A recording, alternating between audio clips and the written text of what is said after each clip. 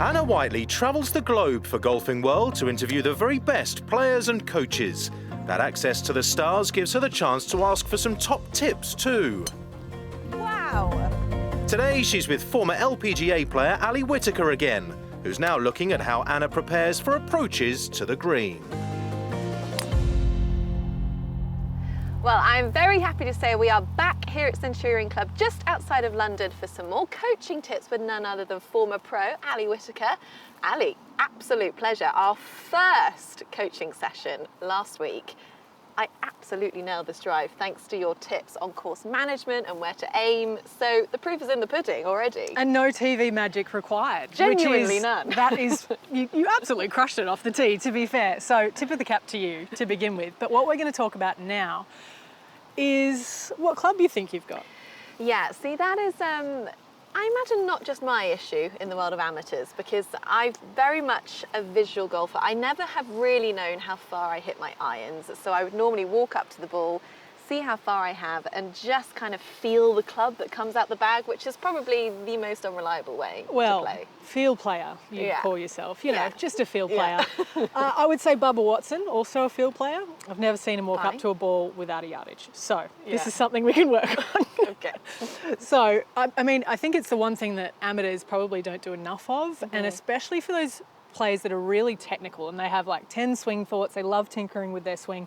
This is something that they can really hone in on, and you can never do too much yardage control. Yeah. And it's something you can do all the way through your bag. You can check it a couple times a year. But as a general rule, they think that they hit at different yardages than they really do.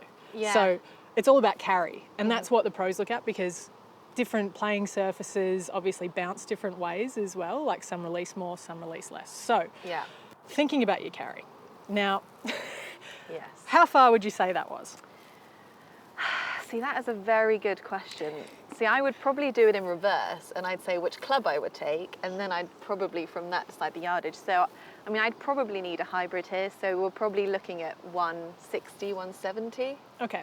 Now, I don't know. I'm going to give you the way to work this out. The other way because around. I feel like, you know, and it's good to have good depth perception with your eyes. That's actually something that better players, you know, they can almost hone it down to about 3 yards. But it's nice to have a little confirmation, isn't it? Just, you know, flip open the yardage book, grab out the laser, zap the pin, and then it takes a lot of the guesswork out of it. So what you do is you go down to the range with your mate, with the TrackMan, with a flight scope, whatever you've got, and you hit 10 shots with each club.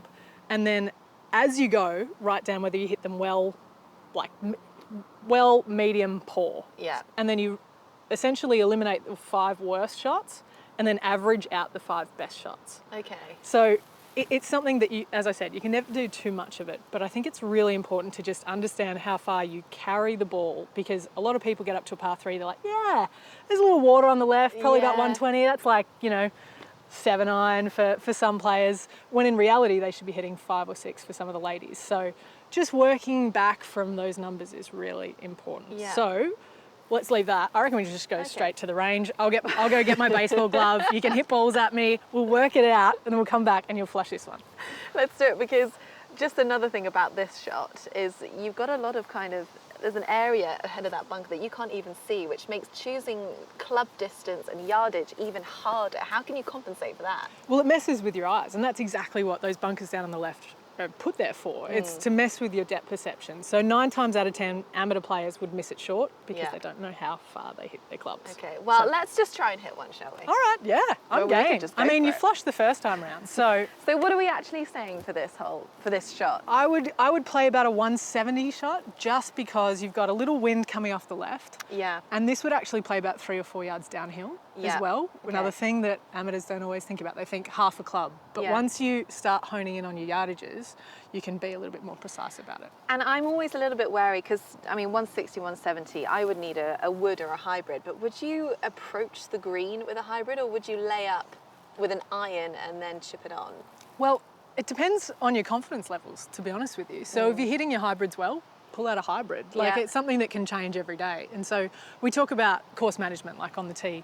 You know, last week when we think about how we're going to play the course before we get to it. Yeah. So you have your strategy for each hole. But if you're hitting your driver badly, I Yeah. can guarantee you're not feeling confident pulling driver out on that tee. No, So okay. it's a work in progress. Yeah. Currently, how are you feeling with those I'm going to hybrids? go hybrid. Yes, that's the spirit. No time like the present, Ali. No, that's it. And you've got a pretty decent lie, if anything, ball a little bit below your feet. Yeah, So that'll almost which straighten means- your draw out a little bit. Yeah, because that's you are a true. natural drawer of the ball. Yeah. So I'm really kind of aiming. It does look like the hole drifts off down to that front right. So if you wanted to aim a little bit left of the pin, that might Okay. straighten it out on the green. Okie dokes.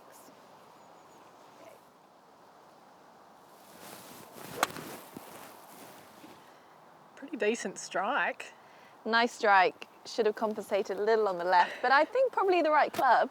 Definitely the right club, but I still think we need to go to the range Yeah. and just go get those yardages, and then next time, pew, straight at the pin. Okay, take Ali's advice, head down to the range with your irons, 10 shots on every iron, work out your average, and no doubt that will help you on the course to pick the right club.